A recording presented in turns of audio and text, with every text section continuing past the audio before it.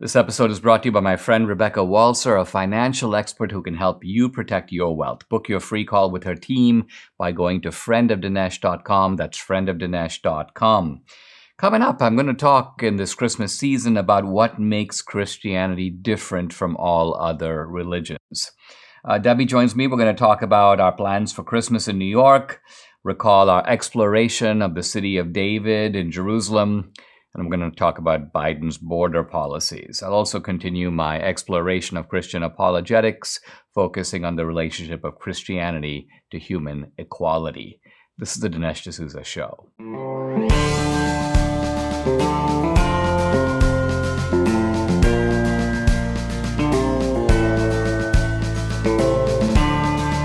America needs this voice. The times are crazy.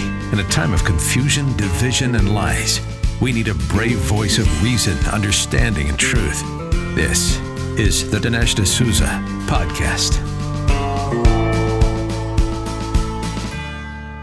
Well, guys, Christmas is almost upon us. Today's the 22nd, and I want to wish you all the best. A Merry Christmas, a Happy New Year. I say this because this is actually my last podcast of 2022. It's not to say that the podcast is shutting down for the year. This will be my last podcast, and tomorrow, Friday, is a holiday. It's a Salem holiday. The podcast will pick up on Tuesday, which is December 27th. Danielle, my daughter, will be sitting in for me for the duration, and I will be back on January 3rd. Isn't that right, honey? January 3rd, I will be back in the saddle, and it's going to be great. In fact, Debbie and I are heading to New York. We'll talk a little bit about that when Debbie comes on after my opening segment. I thought I'd speak about the uniqueness of Christianity, a topic I've had to think about from a young age because, of course, I grew up in a society that wasn't predominantly Christian.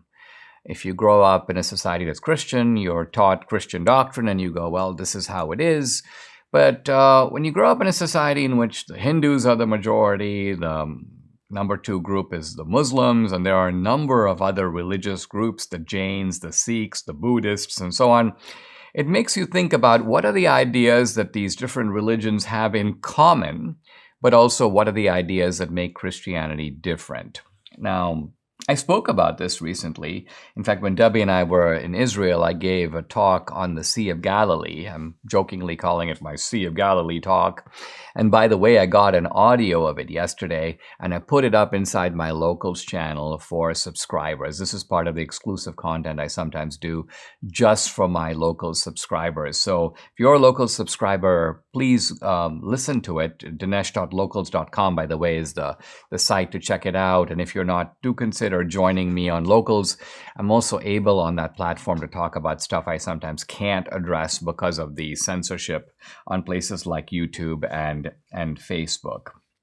Now, Christianity has in common with other religions a belief in God. It has in common with other religions a belief in the afterlife and the idea that this life is not the only life.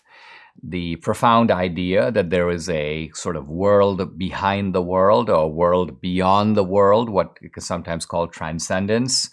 That is not a unique preserve of Christianity. In fact, it's not even a unique preserve of religion. We find even in the philosophers of ancient Greece, like Socrates, the belief in transcendence, obviously a transcendence that differs from traditional theistic belief.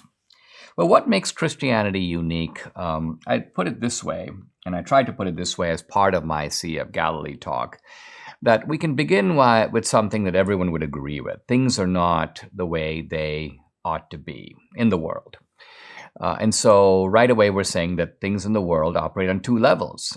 There's a kind of baseline level of the way things are. That's the ground level.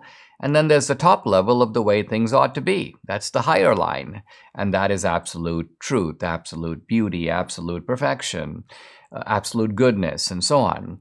So you have a chasm. You have a large gap between the way things are and the way things ought to be. And how do you close? How do you shrink? How do you traverse this great chasm? Well, if you think about the religions of the world, most of them, virtually all of them, are based upon some set of codes and commandments, rules. I think most prominently of Judaism, with not only its 10 commandments, but its 600 plus rules. A elaborate regimen of do's and don'ts, and that include diet and what to do when you're menstruating and what you should put on your head. And so rules that go beyond obey your father and mother or thou shalt not kill, an elaborate regimen of rules. And in Islam, the same thing, lots of rules. So you can think of religions as putting up a ladder. It's a ladder that attempts to cross the distance from the way things are down here to the way things ought to be up there. And human beings are urged to kind of make this trek, and some may get further than others, and no one may get all the way, but then you rely on the mercy of God to kind of overlook the fact that you haven't been able to fully cross the boundary, but at least you tried, you made a valiant attempt. And interestingly, Christianity rejects this. Why? Not because it's not good to follow rules. Christianity, in fact, incorporates a number, although not all, of the Jewish rules. But the Christian idea is that the chasm between the human level down here and the divine level is impassable. It cannot be crossed. Yeah, some people may get to rung number 5 as opposed to rung number 3, but that difference doesn't matter all that much. Why? Because you're still a long, long way away from the divine level. If that boundary is going to be crossed, it has to be crossed from the other side. God has to descend, or you may say condescend, down to the human level. And this is really the message. This is the role of Jesus. Jesus is God's ambassador, if you will, that God, a part of God, God sends down to earth to become a man, to take on, if you will, to cross this otherwise terrifying boundary.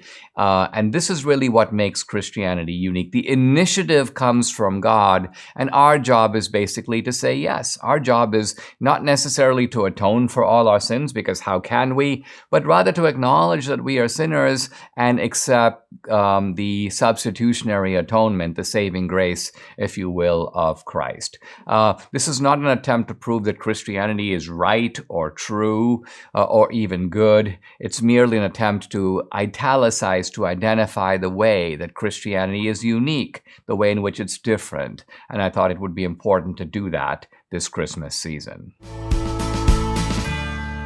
Mike Lindell at MyPillow is excited to announce the original My Slippers are back in stock just in time for the holidays. Now, last Christmas, you made the MyPillow slippers the #1 selling MyPillow product. Now they've added smaller sizes, larger sizes, wide sizes, all new colors. What makes the My Slippers different is the exclusive 4-layer design that you're not going to find in any other slippers.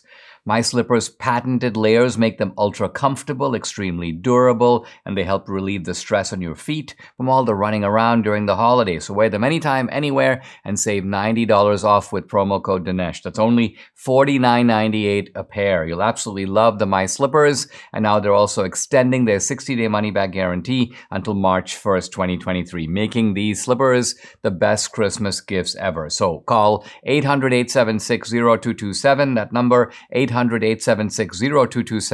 or go to mypillow.com. Make sure to use promo code DINESH, Dinesh.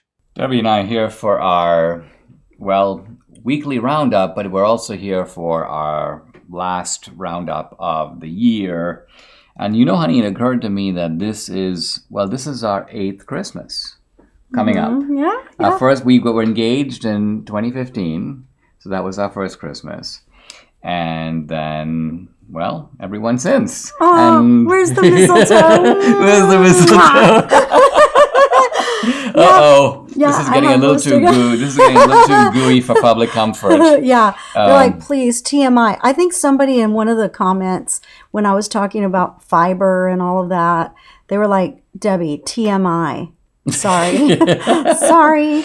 Well, this one, though, interestingly, so we've had Christmas in California. We've had Christmas in Texas. Mm-hmm. This one, for the first time, we're doing Christmas in New York, which we've talked about doing for about 3 years. For a long time, since before COVID. But interestingly, things are going to be a little weird, a little wonky. Why? Because it's supposed to be colder here where we live in Texas than in New York. And so I thought that we were going to have a white Christmas in New York and all that. Don't get me wrong, it's going to be frigid. It's going to be very, very cold. But it's supposed to go down to 15 degrees Fahrenheit here where we live. So, our plants, Our pipes. our plants, we've replaced our palm trees. I can't tell you how many times. Well, I mean, the point is that Texas is not equipped. New York is equipped. They're ready for it. They can handle snow. They got the shovels. They got everything going. Yeah. But here it's a calamity. Yeah, and we're not going to have snow at all, but we are going to have very frigid temperatures. So it's going to be really fun. We actually have our 3 kids with us. We have my son-in-law Brandon.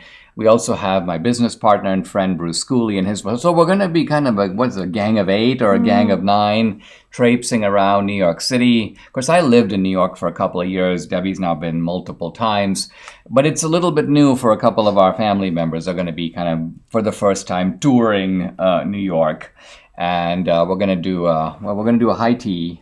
We're going to do some good New York meals. I thought it was funny, my stepson sends me a text. He goes, "Why is New York so expensive? Why does it cost so much? Is the food really all that great?" And I replied and said, "No, big cities are expensive. They're expensive. They're expensive in hotels. They're expensive to get around. And of course, they're expensive to eat. Now, New York, in my opinion, does have really great food. If you know where to find it. It doesn't mean all food in New York is great. But even street food in New York is really good. I mean, if you've eaten, well, you saw me in America. Eating your hot dog, and I want to eat a hot dog. But I never have. Primarily because it's extremely fattening and I can't eat anything. I gained 5 pounds just looking at it. So, it's one of those things where I just kind of have to go, oh, I'm sure it's really delicious, but maybe some other time. Well, your favorite pizza is in New York. Oh, my favorite pizza, Angelo's, is in New York. I love Angelo's pizza. And well, it's that broth pizza, I'm not which is supposed to thin have crust. gluten. I'm not supposed to have carbs, but you know what? I think I'm gonna kind of do it. Anyway, I was looking at Broadway shows. Hey, honey, real quick before we go on, can you please sing me that song that you serenaded me with last night?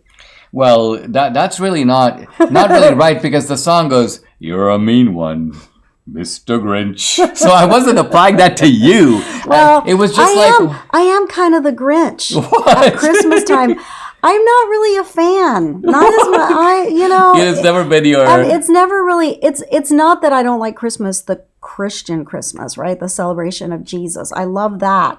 I'm just not a fan of the commercial Christmas. I don't like the gifts. I like getting gifts, though. You just don't like giving them.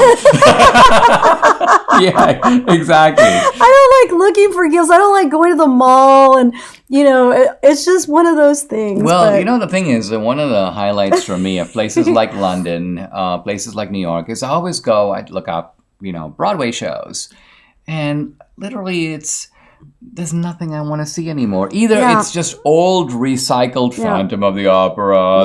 One of my favorites, and you didn't even know it was my favorite, was when we were in London at Christmas of 15. Imagine that. We were in London and you got tickets to see the Michael Jackson tour, right? It was Michael Jackson, obviously it wasn't him, but it was Michael Jackson. His musical, right? And so we went. I was super excited because I've always been a fan of Michael Jackson ever since high school. And I go and I'm like, I get up and I start dancing. And then I look around and I'm the only one up and dancing. Well, the British are used to the stiff upper lip where they basically nod. Occasionally they will move their head and beat to the music, but not more than that. And of course, I obviously was raised in the same British tradition, so him either. I kind of fit in with the British crowd. Not having it. So you were the outlier. I was the outlier. So I'm like really having fun, and then I quickly look around and I look like, okay, this is not good. So I sit down and I just kind of enjoy the rest of the show, kind of doing this. All that being said, we're really excited about New York. Yeah. It's going to be very unique and love it, and it's going to be a wonderful family Christmas. What some of us would do just to be young again, the simple things like climbing stairs, getting in and out of bed, taking a walk, aren't always that simple. Too many aches and pains, but they can be, because thankfully now there's a 100% drug-free solution, and it's called Relief Factor. Relief Factor supports your body's fight against inflammation. That's the source of aches and pains. The vast majority of people who try Relief Factor order more because it works for them. Debbie can finally do the exercises she loves, like planks, push-ups, and a stationary bike, all thanks to Relief Factor. It's been a real game changer for her and for so many other people. You too can benefit. Try it for yourself. Order the 3-week quick start for the discounted price of only $19.95. Go to relieffactor.com or call 833-690-7246 to find out more. That number again, 833-690-7246, or go to relieffactor.com. Feel the difference. Even though it's now been, 3 weeks or so since we got back from Israel, I think we're still in the afterglow of that trip. And we talk about it, quite a bit. I think before we jump into it, one thing I want to stress is the very existence of Israel as a Jewish homeland is itself a miracle. And that was a point that our guides stressed while we were there. I think Israelis are very conscious of it. Let's remember, the return of the Jews to their ancestral homeland is prophesied in the Bible. It's one of the most spectacular of biblical prophecy, signaling the beginning of the end times. Now, the end times could be a decade, they could be a century, they could be a millennium. We don't really know what that bracket of time is. But the return of the Jews to Israel, think about it. They were dispersed after the collapse of the temple, the Roman destruction of the temple in 70 AD. If someone had asked you, let's just say in 300 AD or 700 AD or 1500 AD, or as late as the 19th century, what is the probability that this group that was scattered 1,000 years ago or more is going to come back to the same place that it was scattered from, have its own land and its own country?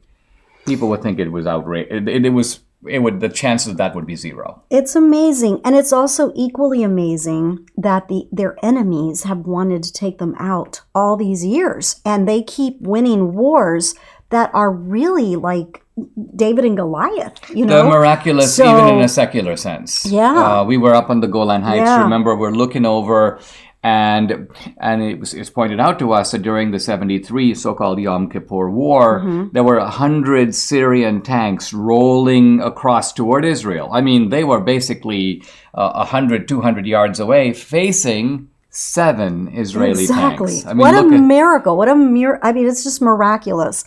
And so I have no doubt why that happened, because I know God was looking out for the Israelis, but secularly, you're like, well, I guess we outsmarted them, right? Okay. However you want to put it, it is a miracle. But one of my favorite parts of the whole trip was Pilgrimage Road. And I have some photos of when we went down it's actually underground. It was dug up by accident, or if you want to call it accident. I think it was obviously not an accident. But so a water pipe busted and they had to fix it. And as they were fixing it, they were excavating. They always have to have the archaeologists go along with them every time something like that happens. And they discovered that there was an actual road underneath all of the road that they were on. And as they dug further, they found the pilgrimage road. And, so it's not open to the public, and I've got these photos of when we went down there with our tour guide, and it was just a group of us that were able to go down there, because the rest of the people down there are actually archaeologists, and they're still continuing to dig. And in fact, in one of the photos, it's my hand, and I have the ash of when the Romans burned down the city of Jerusalem. So here's how this happened. You'd think, well, how is this even preserved? How is it that you even have a road? And wasn't the road destroyed? But turns out, historically, as new groups came in, and remember, Jerusalem has changed hands multiple times. It was held by the Jews, and then when the Jews left, the Romans took over. And when the Roman Empire collapsed, Jerusalem became Christian. But in the time of the Crusades, the Muslims took Jerusalem, then the Christians got it back, then the Muslims got it back. Later it was ruled by the Ottomans, the Ottoman Empire out of Turkey. Then after World War I, the Ottoman Empire collapsed. So the British come in. So you've got these, and what happened is each civilization would kind of come in and they would build on top of the earlier one. So the reason that the old road is preserved is that Roman roads were built on top of it. And then there were Muslim reconstructions and Ottoman constructions, and you see this throughout Israel, this kind of layering of civilizations, and almost like a tree, and you look at the rings of the tree and it takes you back in time, and the same is true here. And the Pilgrim Road, I think, was very moving to both of us because it is incontestable that Jesus walked on that road, those exact stones. That's right. The historical Jesus who bathed in those pools, ritual baths that were customary for traditional Jews, and then they walked the Pilgrim Road up. It's kind of a hill, ascending to the temple. Yeah, it was quite amazing, and I wish we had had more time. In fact, we didn't go all the way to the pools because we ran out of time, and it gets dark in the wintertime very early. It's by 4:30, it's pitch dark, and so we didn't have a whole lot of time. I wish that the next time we go back, we can go all the way down and see those pools, they're not swimming pools, they're bathing pools, right? And see that, and maybe see some other things that we didn't get to. We're going to do a very unique trip. We'll tell you more as we get into the new year at the end of 2024. And we realize these things take time to plan, but we'd love for you to consider going with us. I'm thinking we're going to do Rome and Jerusalem. So the trip is we don't know yet. We don't have it yet, but it is part of the plan. We're putting it together. Yeah. So more details on that to come in 2023. You've often heard me talk about the amazing benefits of taking balance of nature every day. There are so many satisfied customers, Debbie and I included, who tell stories of how balance of nature has been one of the healthiest decisions we've made this year. Balance of Nature has decided to do something special for those of you who are ready to get this maximum nutrition that people are talking about. Their founder, Doc Howard, often talks about the benefits of combining their star products, fruits and veggies, in a capsule, that's these, with their fiber and spice supplement, that's this. So he's giving you a way to get both at a special holiday price. Right now, as a special offer, get $25 off plus free fiber and spice with your first preferred order of fruits and veggie capsules when you use discount code AMERICA. The offer can end at any time, so don't delay. Call 800-246-8751. That's 800-246-8751, or go to balanceofnature.com and use discount code AMERICA. Debbie and I want to say a few words about what's going on at the border. And I just want to begin by expressing, my disgust at the, this is the Biden spokeswoman, Jean-Pierre, or whatever her name is. And she, KJP or KPJ, whatever as Archie Bunker used to say, whatever. But in any event, she's like, we're getting ready for a surge on the border, but there's a court order to suspend Title 42. And the journalists are like, a court order to suspend Title 42, but didn't you push to get it suspended? Well, we have to follow the court order. Yeah, but didn't you ask the court to give you that order? Isn't that your position, that you want to get rid of Title 42? You want more illegals. You want to increase the already epidemic traffic at the border. So the sheer dishonesty of these people is really outrageous. Now, Chief Justice Roberts has stepped in and given a sort of temporary restoration or preservation, you could say, of Title 42. And Title 42 was the rule that basically said that because of COVID, because of the risk of illegals coming across the border and bringing COVID, or other things, or other diseases, other communicable diseases, that they could be turned away, that they could be blocked at the border, prevented from entering the United States. And so this was hardly an effort to arrest illegal immigration. It was merely a kind of a very slender Band-Aid, but the Biden administration was trying to get rid of, and almost did get rid of, the Band-Aid. In fact, I think it's today that Title 42 was going to lapse until Robert stepped in and said, for now, Title 42 can stay. Yeah. But you do know Dr. Jha says that the most important thing... Well, tell people who he is. Oh, yeah. He's the health coordinator for the administration. For COVID. Right, for COVID.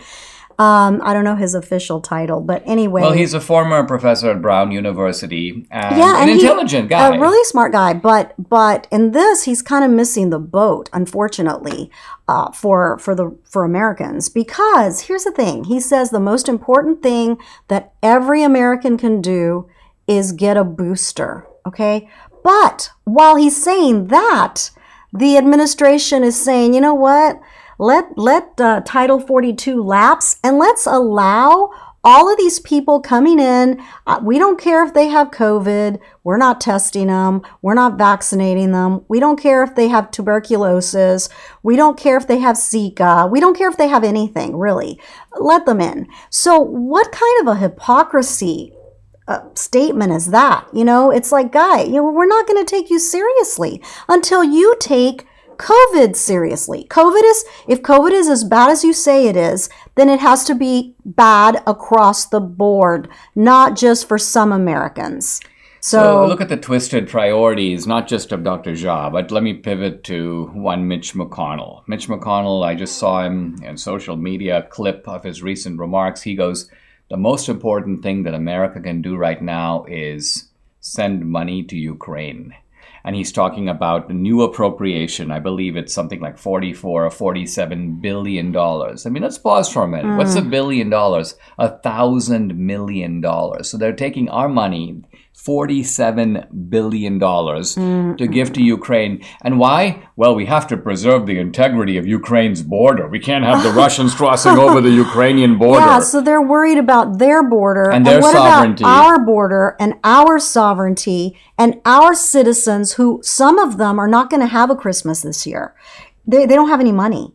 And they don't even have money to put gas in their car, let alone buy gifts for their children. So this is just ridiculous. I mean, it's just beyond ridiculous. I mean, this is what really gets me. And, talk about, bleeding heart. I mean, there's a bleeding heart conservatism that basically says, isn't it outrageous for people who are having trouble filling up their gas tank or making all kinds of sacrifices? Can I even get my kids presents at Christmas? So, and these are people saving $1, $5, $10. Yep. Meanwhile, these irresponsible scoundrels in Congress, which, by the way, includes a substantial cohort of Republicans, especially the so-called rhino types. Shelley Capito Moore is part of that, and Romney is part of that. Yeah. Portman is part of that. I mean, these people are a national disgrace, and they demoralize their own side because you have conservatives and Republicans like me, and I'm like, wow, this is the party that's supposed to save us from the bad guys, when it seems that at least some of the time you're in it with the bad guys.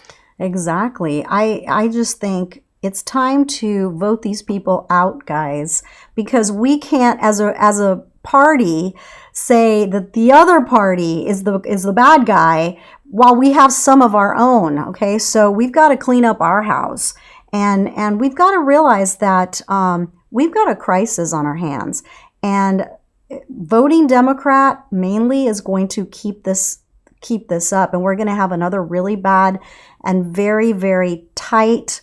What do you call it when you have to tighten your wallet? Christmas for a lot of people this year. It's very, very sad. I thought COVID, the 2020 Christmas was bad, but it's only getting, it seems, worse. My dad didn't believe in the stock market. He was a put your money in the bank kind of guy, but I discovered in the early 1990s that investing in the market makes sense if you're in it for the long term. Problem is, we're in a very rocky economy with lots of craziness at home and lots of instability abroad. There's always the risk of a black swan event, a single event that comes out of nowhere and basically cripples your savings. So how do we take advantage of the upside of the market and protect ourselves against the downside? Well, We need some really good guidance here. And my friend Rebecca Walser, she's a tax attorney and wealth strategist with her MBA from the London School of Economics. Rebecca and her team can help protect your wealth during these unprecedented times. Go to friendofdinesh.com and book your complimentary introductory call today to see if you qualify. Again, that's friendofdinesh.com. Debbie and I were talking today and actually railing on the January 6th committee, I think very deservedly, for their, well, I mean, these guys are out of control. In some ways, we knew what they were up to from the beginning. You predicted, hey, listen, there's one purpose of this operation. Yeah. And I tweeted about it. I said the whole purpose of the January 6th committee was to go after Donald J. Trump, not to find out what really happened on January 6th. I mean, let's look at the composition of the committee. Does Liz Cheney really want to know what happened? No. I don't think so. No. Adam Schiff? No. No. Kinzinger? No. I mean, none of them want to know. Actually, I think they do know, to be honest. You think that deep down they do know? Deep down they do know that it was, I think deep down they do know that it was not Trump that incited the violence. I think they deep down know that. Yeah. But, well, the violence was going on a mile away. And it began and continued while Trump was still speaking. Mm-hmm. And so he had no idea what was going on. He couldn't possibly have instigated it. He didn't even know about it. Not to mention peacefully and patriotically. Well, he told people, go home. He told people, we respect the men and women in blue. And look, it's interesting that when you look at some of the things that the January 6th report is laying out, it's really not about instigation. It's things like, Trump was sitting around and watching TV while these things were going on. Okay, well, maybe he shouldn't be watching TV. Maybe he should be on the phone. Maybe he should be out there making a statement. But that's not the same thing as you started. Instigation is not the same thing as you were lackadaisical or negligent in the way you handled the situation. Or told people to do it. Which he did not do. He did not do. So anyway, and the other thing that's interesting is that Ashley Babbitt's name never came up during the investigations at all. So her death never was investigated. Well, I think they knew that there was a supposed internal investigation. If you look at it, it's a complete disgrace. Yeah. Our friend Troy Nels, who is a former sheriff and constable, knows exactly and he's now congressman. And now congressman says that the rules of engagement were not followed. Right. The 6 steps? It's 5 steps. Yeah, those were never taken. Yeah. And so in a sense, the lieutenant who shot Ashley Babbitt should be investigated and prosecuted because he appears to have broken the law. What I'm saying is the January 6th committee never looked at that. They never looked at her death. They never looked at Roseanne Boylan's death. They didn't really investigate like the actual deaths that happened. Well, what was the prime factor? Was there any organized factor at all that caused violence on that day? And if so, what was that? Right. So now you have to look at different possibilities. Well, one possibility is it was Trump. Okay. The second possibility was just these militant groups like the Oath Keepers and the Proud Boys. A third possibility is that those groups were infiltrated by FBI informants and agents who prodded that violence along, maybe even orchestrated. What was their role? Right. What's the January 6th committee's position on that? Right. Answer? So nothing. Nothing. They never investigated any of that. Any of it. None of it. Instead, they painted this as a one-sided only event, and they've portrayed people that are patriots as terrorists. What about the security situation? So there's some debate about what Trump authorized or didn't authorize in terms of security, but Trump certainly didn't turn down the idea of having adequate security, and we know they turned it down. We know that Muriel Bowser, the mayor of D.C., said, "I don't want additional security. I don't want additional troops. I don't want National Guard." What is the January 6th committee's position on why she said that? And the answer is nothing. No, they never called her. They never investigated. They never inquired into it. There's no answer. So this is not. No, it was it was a witch hunt. It was another impeachment trial, basically. It was the third impeachment trial of Donald J. Trump. That's what it was. Except this time they want to take it further because they actually want to put Trump in jail. And this was their primary goal from the very beginning. I mean, they were like, oh my goodness, I think we can actually stop him this time. I mean, their real goal, I think, is to prevent him from running. Because see, if Trump said to them, listen, I will make a deal with you. Don't indict me. Don't send me to jail. I will agree not to run in 2024. They would be completely happy. They would be like, okay, yeah, that's what we want. That's the deal that they would take. That's what they want. Because that really illuminates what their real goal is. Yeah. And what I find is regardless of whether you think Trump's the right guy for the country now, he's the best guy for 2024, I mean, the abuse that this guy has taken that is flagrantly unjust. Unbelievable. It's unbelievable. No one in American history has ever, well, okay, I should take it back. Maybe Lincoln, but I don't know of anybody else, to be honest. It's just... I mean, for this reason alone, a large part of me is like, I'd like to see this guy be the nominee. I'd like to see him be the candidate. Because I think that this vindication is an expression of justice. It's a way of giving this man his due, and restoring to him some of the things that were taken, not just from him, but quite honestly also from us. Hello, I'm Mike Lindell, and I'm excited to bring you my biggest bedding sale ever, just in time for Christmas. Get my Giza Dream bed sheets for as low as $29.98. A set of pillowcases, only $9.98. Rejuvenate your bed with a MyPillow mattress topper for as low as $99.99. We also have blankets in a variety of sizes, colors, and styles. We even have blankets for your pets. Get duvets, quilts, down comforters, body pillows, bolster pillows, and so much more, all at the biggest discounts ever. I know my bedding products are perfect for you, and I'm extending my money-back guarantee for Christmas until March 1st, 2023, making them the perfect gifts for your friends, your family, and everyone you know. So go to MyPillow.com or call the number on your screen, use your promo code, and you'll get huge discounts on all my pillow bedding products, including my Giza Dream bed sheets, for as low as $29.98. Get all your shopping done now while quantities last. I'm talking about the influence of Christianity in shaping the core ideals of human equality, human dignity, representative democracy, and universal human rights. Now, we're often told that modern notions of democracy and equal rights go back to ancient Greece and Rome, but the American founders did not agree with this. Here's Alexander Hamilton. He writes, quote, "It would be as ridiculous to seek for models in the simple ages of Greece and Rome as it would be to go in quest of them among the Hottentots and Laplanders." He's using Hottentots and Laplanders as representing absolute primitivism, virtual barbarism.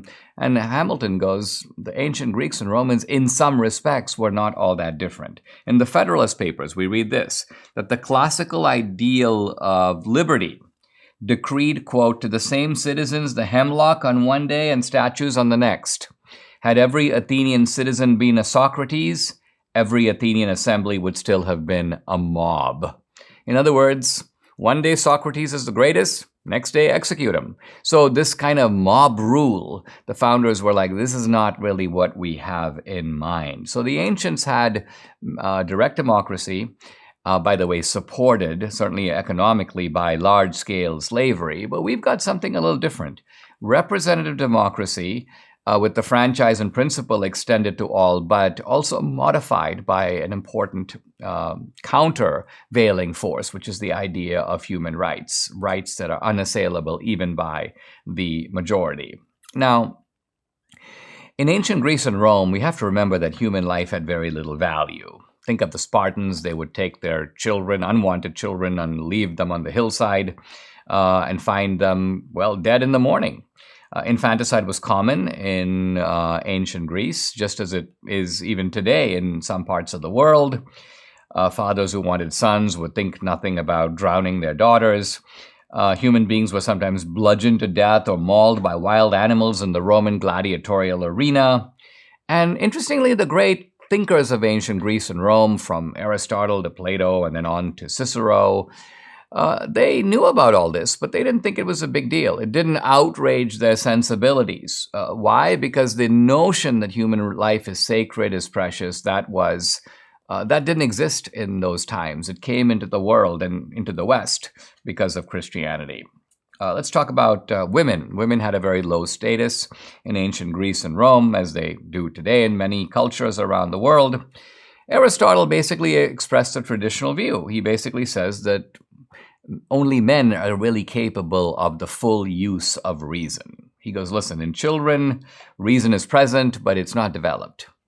In women, he says reason is present, but it's not used. So this is like the classic expression of what today we call misogyny. But this was the patriarchal view. But notice how Jesus broke with it. With Jesus, and even sometimes when his male disciples were a little bit confused or outraged, Jesus would scandalously permit women, and even women of low social status, to travel with him, to be part of his circle of friends and confidants.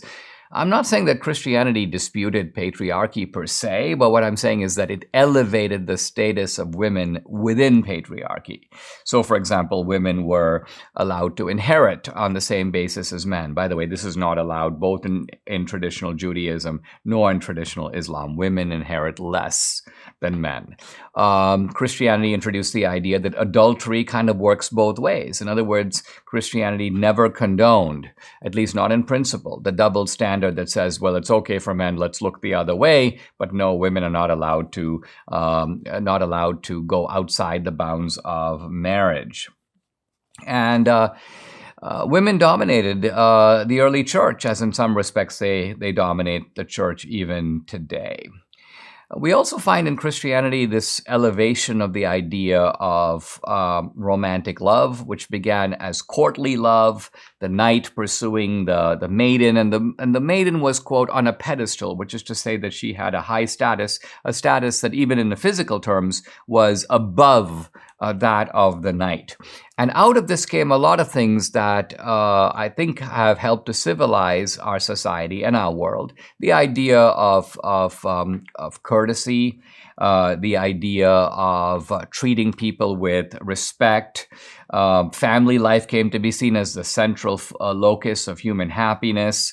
The role of the mother as preserving the household, but not just having the responsibility of taking care of the household, but also being in charge of the household, which was an elevation of female power, the education of the children. So really fundamentally important things to life, to the perpetuity of the next generation. Women came to be seen as central here. So point I'm trying to make is that all of this stuff, which in some ways is today disputed in new ways by the left. We don't like the family. We don't like the idea of women as homemakers. But it's very important to understand that all of that was a strengthening of the position of women, and Christianity had a great deal to do with this transformation.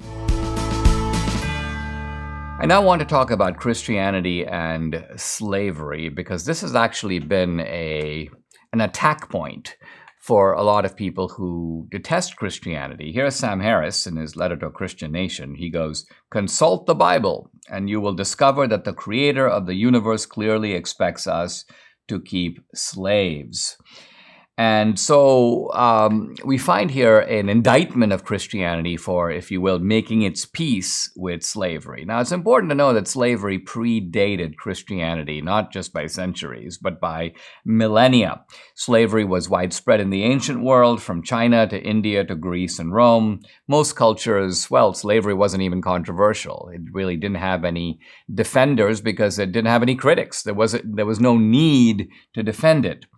And the Bible admittedly does not condemn slavery outright. In fact, at one point, Paul in Ephesians 6:5 basically says to slaves, obey your masters. And it says to masters, basically, be kind to your slaves. Nevertheless, it is a fact that from the very beginning of Christianity, Christians were discouraged from enslaving fellow Christians. That's kind of how it started. In one of Paul's letters, Paul himself intercedes with the master. This is a guy named Philemon, on behalf of his runaway slave. And here's what Paul writes. Perhaps this is the reason he was separated from you for a while, so that you might have him back forever, no longer a slave, but as a brother. In other words, a transformed relationship from one of enslavement to one of Christian camaraderie. Now, we know that Christianity is anti-slavery for a simple reason. Slavery disappeared in Europe in the early Middle Ages as a consequence of the influence of Christianity. What else? It couldn't have been ancient Greece and Rome because the ancient Greeks and Romans loved slavery. Slavery was an intrinsic part of their society, so the Christians got rid of it. Now, some people say, well, yeah, but the Christians introduced serfdom. Well, yeah, but serfdom is not slavery. Serfdom is a completely different thing. Yes, it is a hierarchy. Yes, you've got lords and you've got serfs. But while the slave is a human tool, you literally own the slave. The slave belongs to you kind of in the same way that your horse does. Serfs were incontestably human beings. They had rights of marriage, rights of contract, rights even of property ownership. They made deals with the lords in which they got to keep a certain share of the produce. So medieval feudalism is based on this hierarchical system of reciprocal rights and duties between lords and serfs. Christians were the first people in the world to start an anti-slavery movement. Now, I'd like to tell you it began in America, but it didn't. It began in England in the 18th century, and William Wilberforce led the first really successful anti-slavery movement, which not only shut down slavery in Britain — there weren't a whole lot of slaves in Britain — but essentially mobilized the English to defeat the slave trade abroad. And this is really a very noble chapter of British history. In America, there was an intense clash over slavery because it was such an important part of the economy of the South. Admittedly, both sides in this debate claimed the authority of the Bible.